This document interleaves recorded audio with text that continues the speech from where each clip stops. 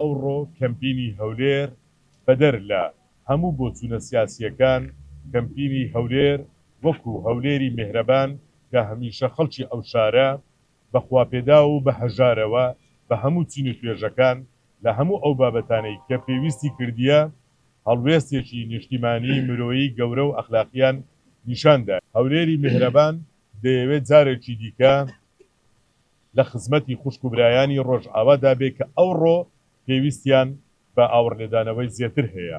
ئەوەی زۆر گرنگە ئێستا پێیان بگە پێداویستیە تەندروستیەکانە و هەروەها ئازوقە و خواردەمەنیە و لەگەڵ ئەوەدا دۆشک و بەتانیە خێمەیە.